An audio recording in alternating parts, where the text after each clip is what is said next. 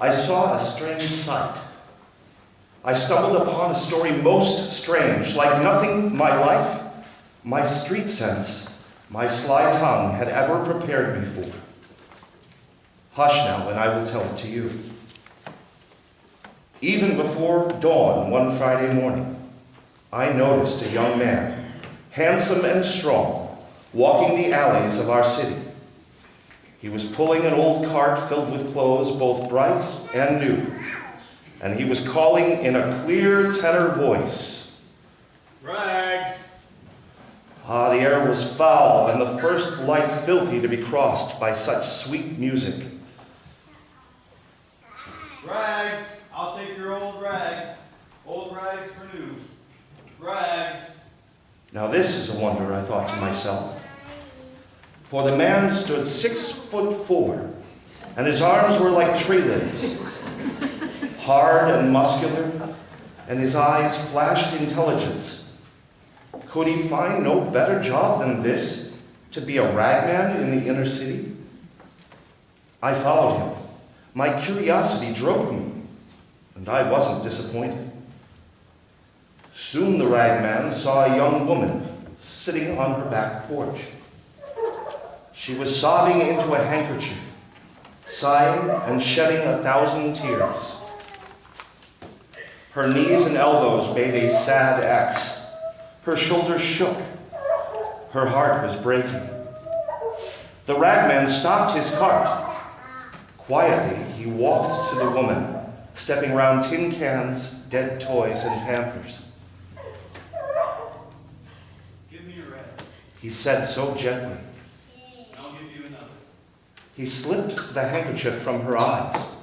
She looked up, and he laid across her palm a linen cloth so clean and new that it shone. She blinked from gift to giver. Then as he began to pull his cart again, the ragman did a strange thing.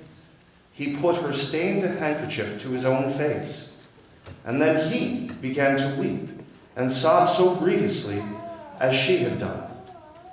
His shoulders shaking, yet she was left without a tear. This is a wonder, I breathed to myself. I followed the sobbing ragman like a child who cannot turn away from a mystery.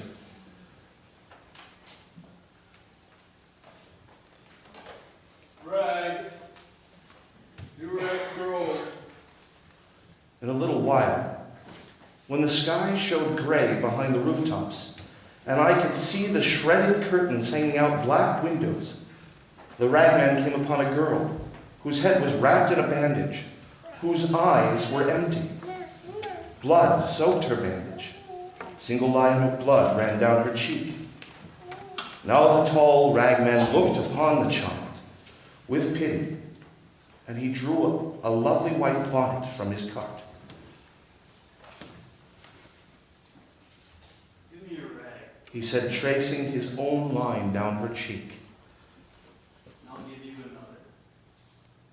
The child could only gaze at him while he loosened the bandage, removed it, and then tied it to his own head. The bonnet he had set on hers, and I gasped at what I saw. For with the bandage went the wound. Against his brow it ran a darker, more substantial blood, his own.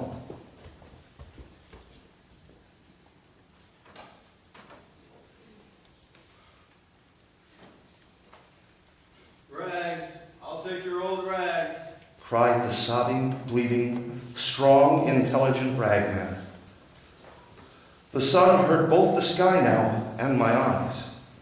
The ragman seemed more and more to hurry.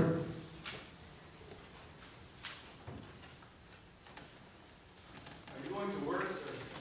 He asked a man who leaned against the telephone pole. The man shook his head. The ragman pressed him. "You have a job?" "No." "Crazy?" Sneered the other. He pulled away from the pole, revealing the right sleeve of his jacket, flat, the cuff stuffed into a pocket. He had no arm. "So, Said the ragman. give me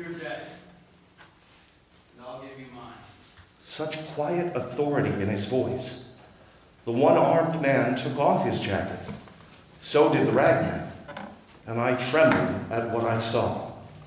For the ragman's arm stayed in its sleeve, and when the other put it on, he had 2 good arms, thick as tree limbs, but the ragman only had 1.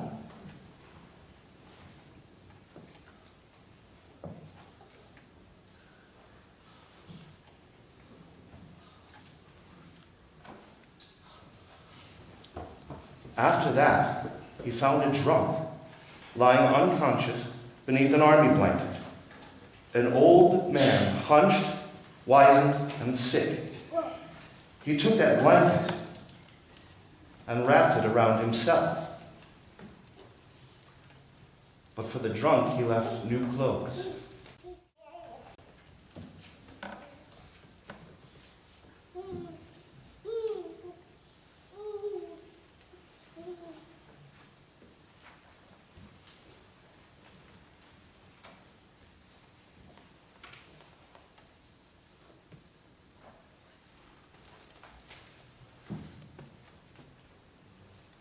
And now I had to run to keep up with the ragman. Though he was weeping uncontrollably and bleeding freely at the forehead, pulling his cart with one arm, stumbling for drunkenness, falling again and again, exhausted, old and sick, yet he went with terrible speed. On spider's legs, he skittered through the alleys of the city, this mile and the next, until he came to the city limits. And then he rushed beyond.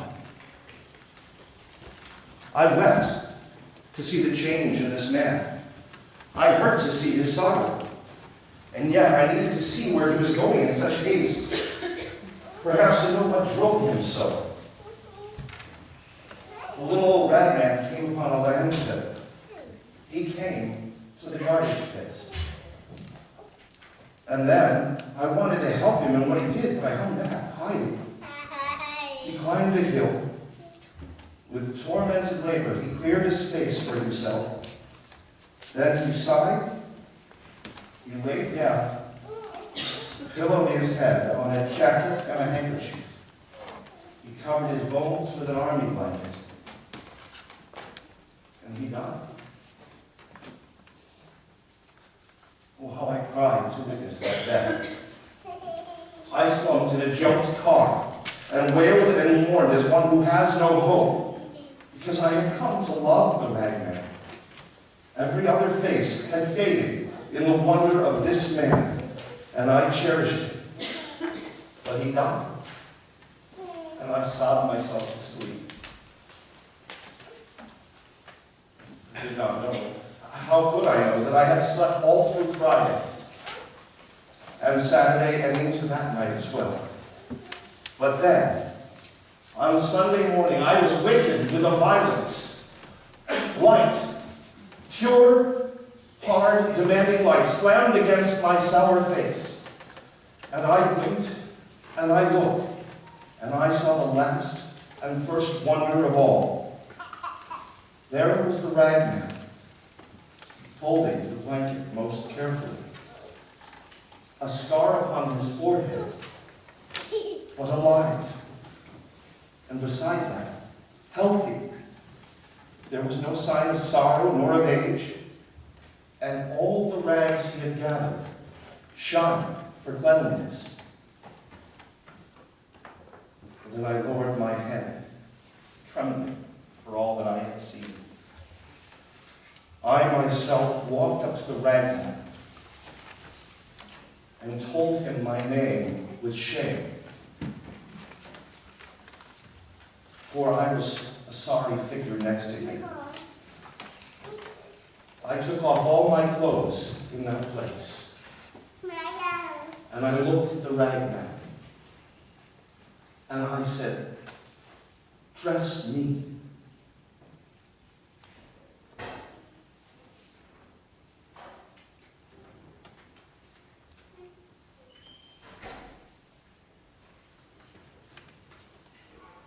And he dressed me. My Lord dressed me, and I was a wonder beside him.